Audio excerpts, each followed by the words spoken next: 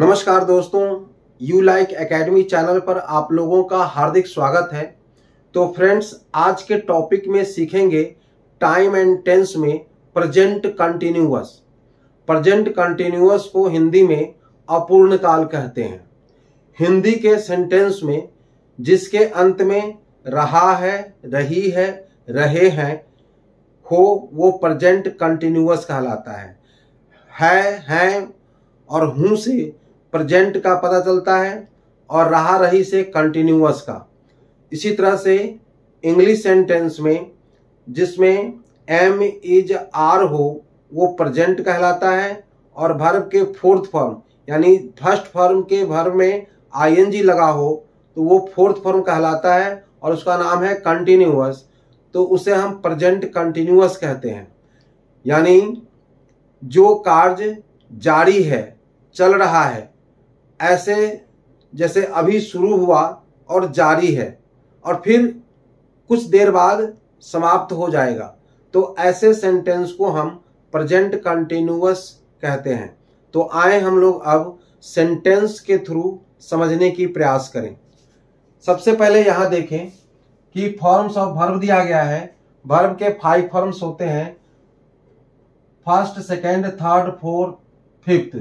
जैसे go, first form go, second form went, third form gone, fourth form going, fifth form goes. इस तरह से first form play, second form played, third form played, fourth form playing और fifth form plays. तो यहाँ एक different दिया गया है, इसे आप समझेंगे। जैसे फर्स्ट, सेकेंड और थर्ड फॉर्म, यहाँ कुछ वर्ब ऐसे होते हैं जिसके तीनों रूप चेंज होते हैं, उनका तीनों फॉर्म चेंज होते हैं। जैसे गो, वेंट, गॉन, ये तीनों डिफरेंट है, अलग अलग।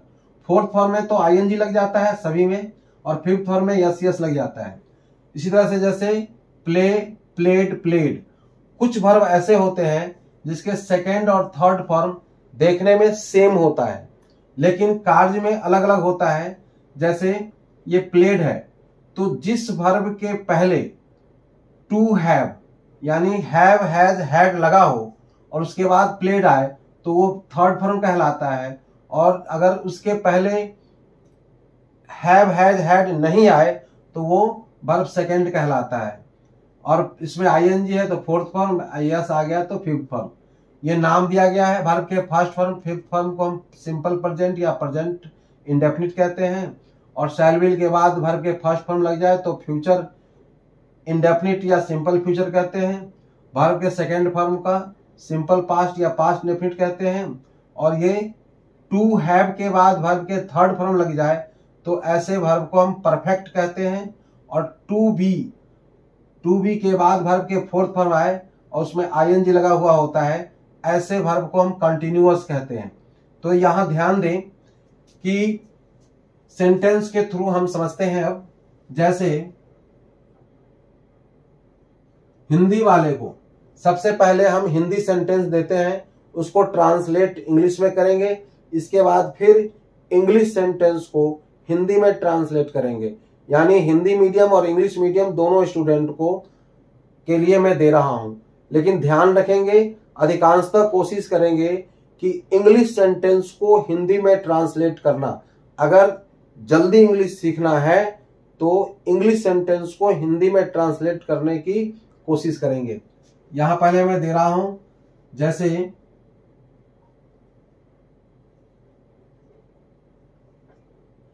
कुछ कुत्ते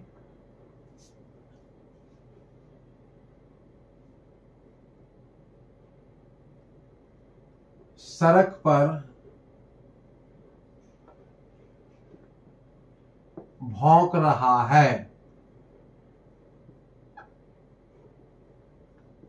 यहां देखें, कुछ कुत्ते, ये एक साथ हो जाएगा, सड़क पर एक साथ हो जाएगा और भौंक रहा है ये एक साथ हो जाएगा। तो इसमें वर्ड कितने हैं? 1 2 3 4 5 6 7 वर्ड है, लेकिन इसको सेंटेंस में अलग अलग पार्ट में किया गया और फ्रेज में किया गया। तो एक ये हो गया, दो ये हो गया और तीसरा ये हो गया।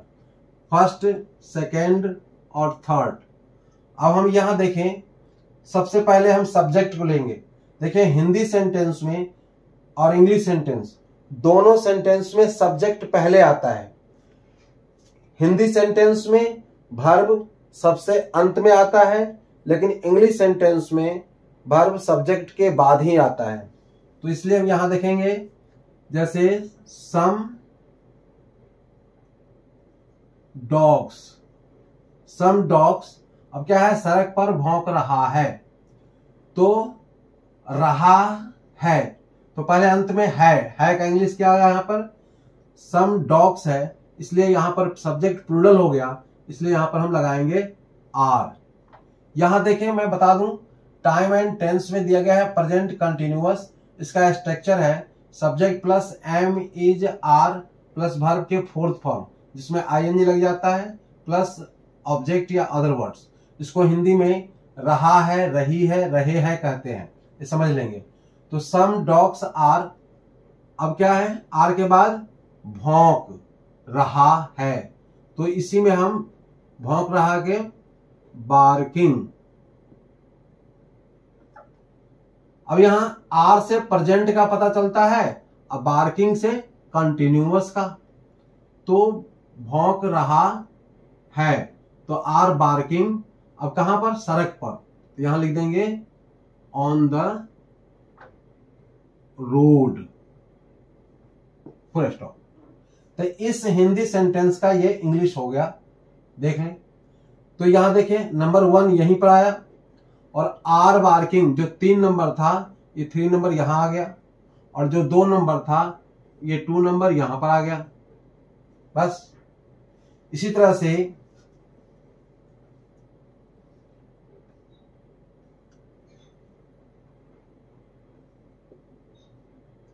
बहुत व्यक्ति, बहुत व्यक्ति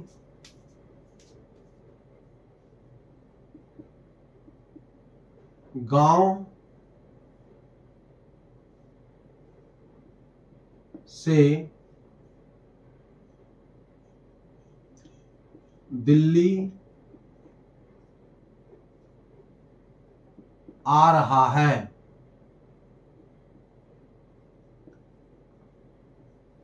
अब यहां देखें, बहुत से व्यक्ति या बहुत व्यक्ति, सब्जेक्ट में ये आ गया, गांव से ये अलग हो गया, दिल्ली फिर आ रहा है एक साथ। तो 1 2 3 4 इस सेंटेंस में अलग अलग 4 पार्ट किया गया। नंबर 1 बहुत से व्यक्ति, फिर गांव से 2, दिल्ली 3 और 4 में आ रहा है, ऐसे। और जब हम इसको हिंदी बनाएंगे तो पहले सब्जेक्ट को यही देंगे, तो क्या होगा यहां पर, many people, many people, many people. अब ये देखें सब्जेक्ट सिंगुलर है कि प्लूरल है, तो मैनी पीपल यानी बहुत से लोग, तो बहुत से लोग प्लूरल हो गया, तो इसके लिए हम क्या लगाएंगे, आर लगाएंगे, आर। अब आ रहे हैं, तो आ रहे हैं, आना का इंग्लिश क्या होता है, कम। अब कम में आईएनजी लग जाएगा, तो क्या हो जाएगा, कमिंग। तो मैनी पीपल आर कमिंग, कहां आ रहा है, टू दिल्ली, टू दिल्ली। फिर गांव से, तो क्या आएगा, फ्रॉम, फ्रॉम विलेज, यहां लिख देता हूं विलेज। अब यहां देखें नंबर 1 ये हो गया, अब ये 4 नंबर यहां आ गया, यहां तक वर्ब। तो मैनी पीपल सब्जेक्ट हो गया, और टेंस पहचानने का देखें, आर से प्रेजेंट और कमिंग से कंटिन्यूअस, आर से प्रेजेंट और कमिंग से कंटिन्यूअस, तो क्या हो गया प्रेजेंट कंटिन्यूअस, ये हो गया 4 नंबर। अब यहां देखें हम पीछे की तरफ जा रहे हैं, दिल्ली टू दिल्ली, ये 3 नंबर आ गया, और टू फ्रॉम विलेज, ये 2 आ गया, तो फर्स्ट यहां आ गया। अब 4 3 2 ये उल्टा चलता रहा, आसानी से हिंदी बन जाएगा। सिर्फ यहां देखें जो एक साथ क्या आना है वो अंडरलाइन मैं कर दिया हूं, इससे अच्छी तरह समझेंगे। इसी तरह देखें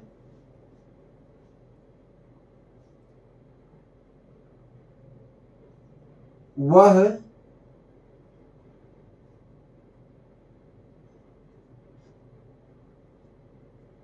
खेतों में, या यहां पर लिखे किसान, किसान खेतों में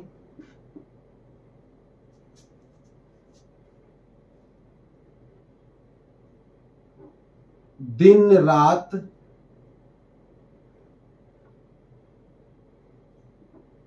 कार्य या काम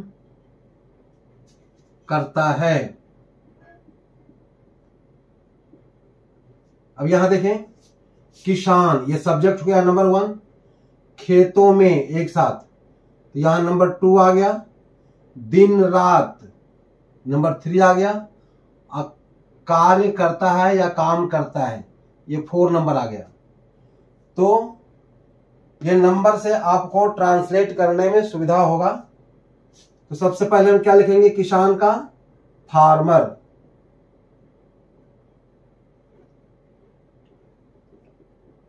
फार्मर। एक चीज और ध्यान रखेंगे, सब्जेक्ट के पहले वर्ड का पहला जो लेटर होता है हमेशा कैपिटल लेटर होता है, तो फार्मर। अब फार्मर क्या है, यहां पर सिंगुलर है इसलिए हम यहां पे इज लगाएंगे, अगर फार्मर्स होता तो हम आर लगाते, तो फार्मर्स, फार्मर इज। अब क्या है, वर्किंग, काम करता है, उसका क्या हो जाएगा इंग्लिश, वर्किंग, वर्किंग। तो फार्मर इज वर्किंग दिन रात, द डे एंड नाइट। कहा, खेतों में, तो in the farm, in the farms, farms. अब इसका हिंदी देखें,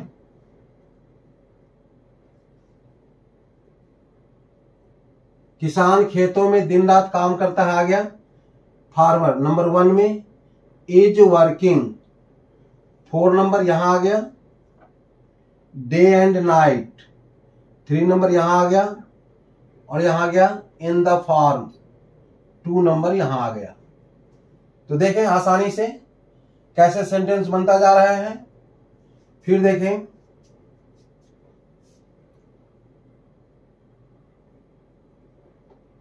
शिक्षक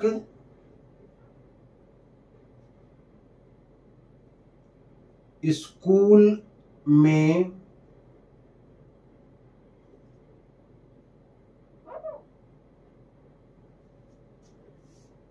अच्छा, किसान खेतों में दिन रात काम कर रहा है, यहां थोड़ा गलत हो गया था, काम कर रहा है, तभी होगा farmer is working day and night in the farms. यहां देखिए, शिक्षक स्कूल में बच्चों को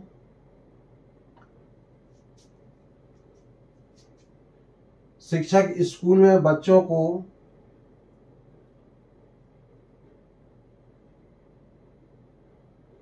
सुबह में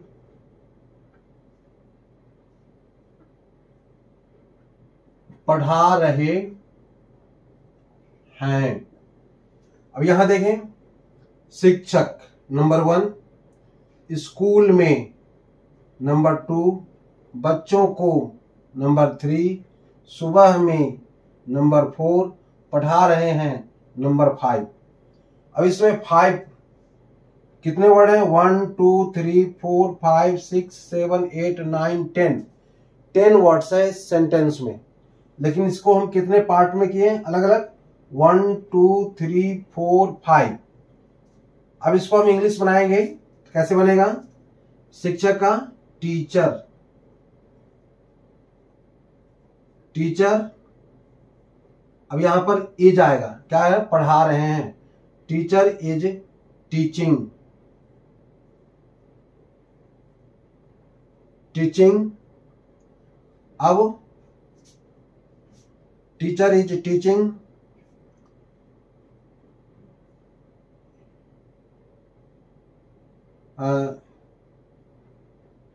in the teacher is teaching in the morning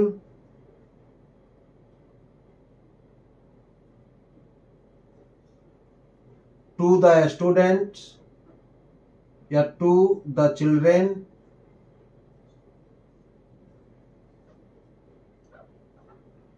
फिर आएगा in the school, in the school. थोड़ा यहां ध्यान से आप देखेंगे, नंबर 1 में टीचर इज टीचिंग, इसे इज से प्रेजेंट और टीचिंग से कंटिन्यूअस, तो प्रेजेंट कंटिन्यूअस। नंबर 2 में नहीं, ये नंबर कौन सा आ गया? 5th नंबर आ गया। अब देखें इन द मॉर्निंग, सुबह में 4 नंबर। टू द चिल्ड्रेन, बच्चों को 3 नंबर। और स्कूल में यहां आ गया 2 नंबर। तो देखें फर्स्ट, अब इसके बाद में आया 5th 4 3 2, ये सीरियल नंबर, पहला नंबर यहां आ गया और ये माइनस होता गया, यानी नीचे की ओर घटता गया। अभी इसको आसानी से समझ गए होंगे। तो ये था हिंदी मीडियम वाले स्टूडेंट, जो हम हिंदी से इंग्लिश में ट्रांसलेट करते हैं। अब हम इंग्लिश से हिंदी में ट्रांसलेट करेंगे। अब देखें,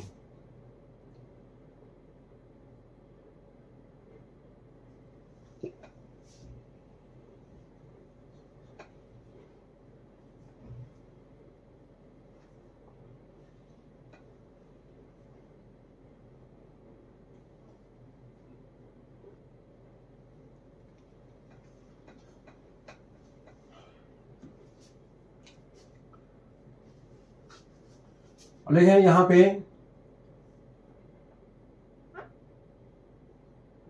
they are running in the park.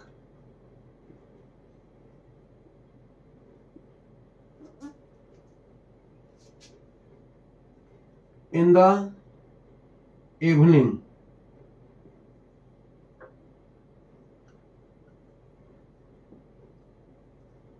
Full stop. अब देखें they are running in the park, in the park in the evening. अब इसमें देखें सब्जेक्ट क्या है? ये है आर रनिंग। नंबर 2 ये वर्ब हो गया। इन द पार्क, इसका अदर वर्ड्स हो गया 3 नंबर, और ये भी अदर वर्ड्स में ही आएगा 4 नंबर। देखो आर और रनिंग से, आर की कौन सी टेंस है? प्रेजेंट है, और रनिंग से कंटिन्यूअस, तो प्रेजेंट कंटिन्यूअस हो गया। तो दे आर रनिंग, अब दे का मतलब क्या होगा? वे लोग आर रनिंग, यानी दौड़, सॉरी हिंदी में वे लोग। अब देखें नंबर 4 को यहां पर लाएंगे, वे लोग शाम में, फिर पार्क में, फिर अब है दौड़ रहे हैं। तो देखिए नंबर 1 में वे लोग, अब हम क्या किए, इन द मॉर्निंग 4 नंबर को यहां पर ले आए, शाम में इन द इवनिंग का। नंबर 3 में इन द पार्क को नंबर 3 में यहां लाए, और आर रनिंग दौड़ रहे हैं, ये 4 नंबर आ गया। बस फिर अगला सेंटेंस लेते हैं,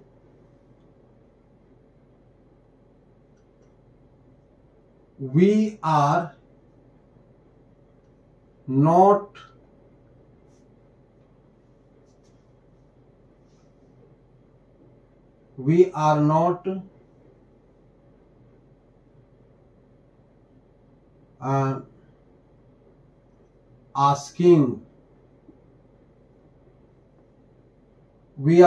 asking any question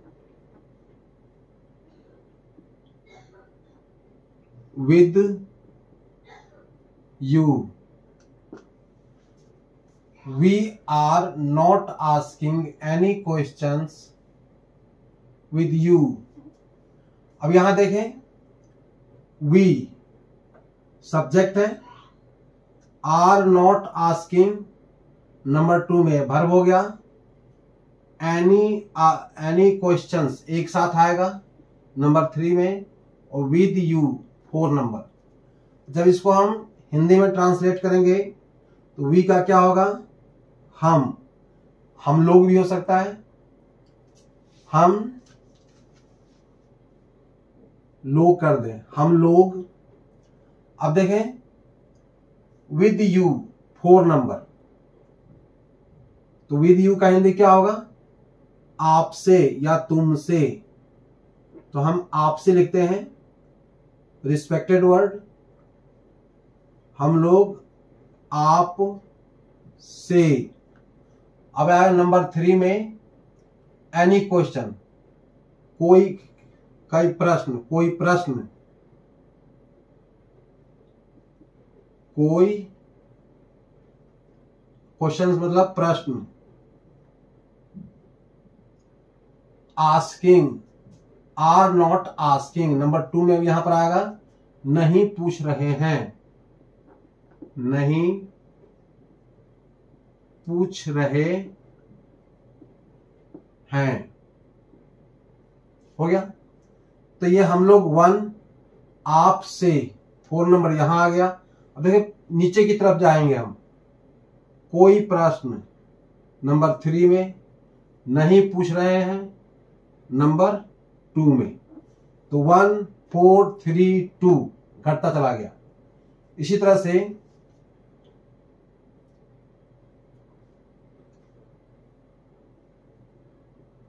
my father, अब यहां पर हम लगाएंगे इज, क्योंकि ये सिंगुलर है इसलिए इज लगेगा। ये प्लूरल था इसलिए आर लगा था, ये प्लूरल था इसलिए आर लगा था। तो my father is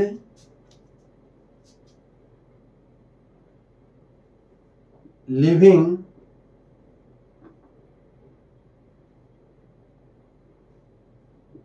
in a village. अब यहां देखें, my father is living in the village, is से प्रेजेंट और लिविंग से कंटिन्यूअस।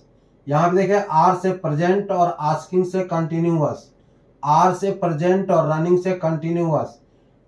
टेंस को पहचानने का सबसे आसान तरीका है, वर्ब को देखें, वर्ब को पहचान ले।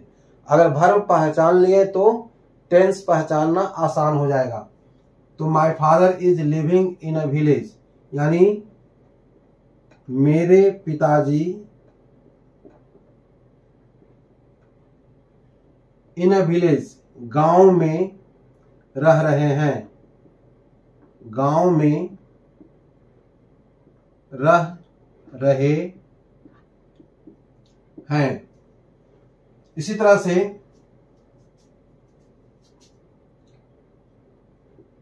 हर parents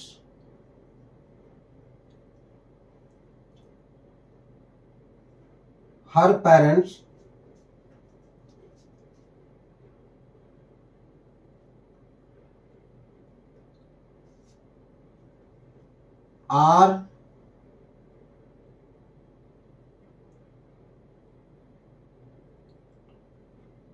going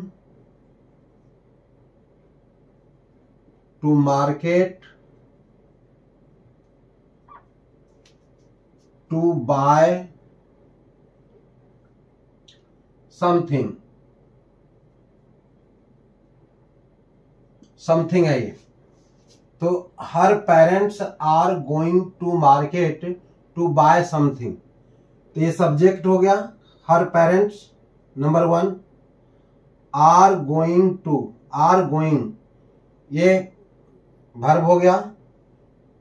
to market number 3 में, टू बाय समथिंग नंबर 4 में। अब इसका हिंदी क्या होगा? हर पेरेंट्स यानी उसके माता पिता, या उसकी, हर गर्ल्स के लिए आता है तो उसकी माता पिता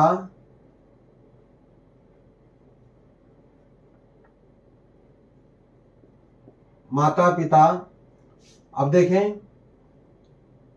टू बाय समथिंग 4 नंबर यहां लाएंगे, ये उसके माता पिता नंबर 1 हो गया। 4 नंबर पे यहां पर लाएंगे टू बाय समथिंग, कुछ खरीदने के लिए।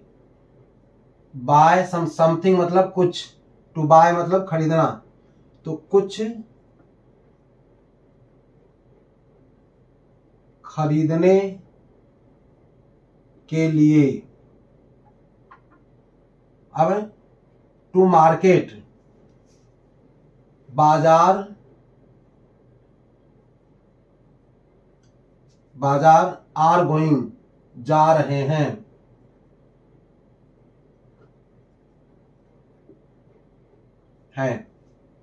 तो यहां देखें 4 नंबर यहां आ गया, यहां से यहां तक कुछ खरीदने के लिए, ये 4 नंबर। टू मार्केट का यहां पर हो जाएगा सिर्फ बाजार 3 नंबर, और जा रहे हैं आर गोइंग, आर से प्रेजेंट, गोइंग से कंटिन्यूअस, तो ये हो गया नंबर 2। तो मैं समझता हूं कि ये कॉन्सेप्ट क्लियर हो गया होगा हिंदी और इंग्लिश मीडियम स्टूडेंट के लिए, दोनों के लिए। अच्छी तरह से इसे समझने के प्रयास करेंगे। अब हम प्रैक्टिस के लिए एक सेंटेंस देने जा रहे हैं, और उसे आप प्रैक्टिस करेंगे। कैसे हम करेंगे देखेंगे।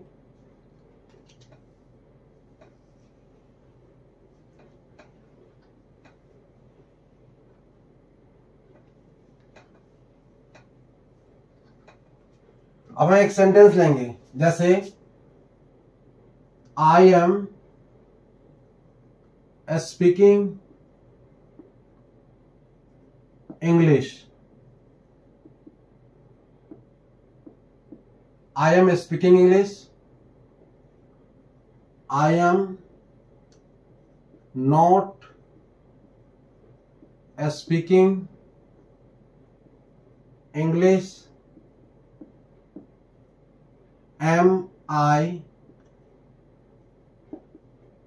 speaking English? Am I not speaking English? Sorry, ये क्वेश्चन मार्क है, ये भी क्वेश्चन मार्क है। तो देखो, एक सेंटेंस को हमने ग्रुप में बनाया। I am speaking English, I am not speaking English, am I speaking English, am I not speaking English. अब इस तरह से प्रैक्टिस करेंगे।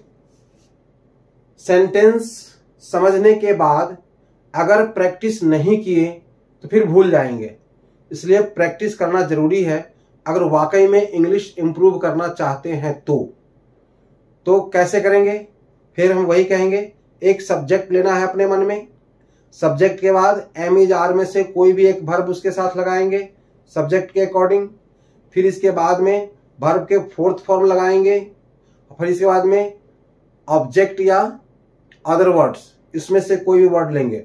जैसे ही इज प्लेइंग फुटबॉल, तो he is not playing football. Is he playing football? Is he not playing football, हो गया। इस तरह से they are swimming in the river, they are not swimming in the river, are they swimming in the river, are they not swimming in the river. ऐसे practice करेंगे बोलने का, ऐसे प्रैक्टिस करेंगे निश्चित रूप से इंग्लिश इंप्रूव होगा। फिर एक और लें, जैसे some children are walking in the field, some children are not walking in the field, are some children walking in the field, are some children not walking in the field. बस इसी तरह से प्रैक्टिस आप करते रहें, निश्चित रूप से आपका इंग्लिश इंप्रूव होगा। फिर अगले वीडियो में मिलेंगे, तब तक के लिए बाय, जय हिंद।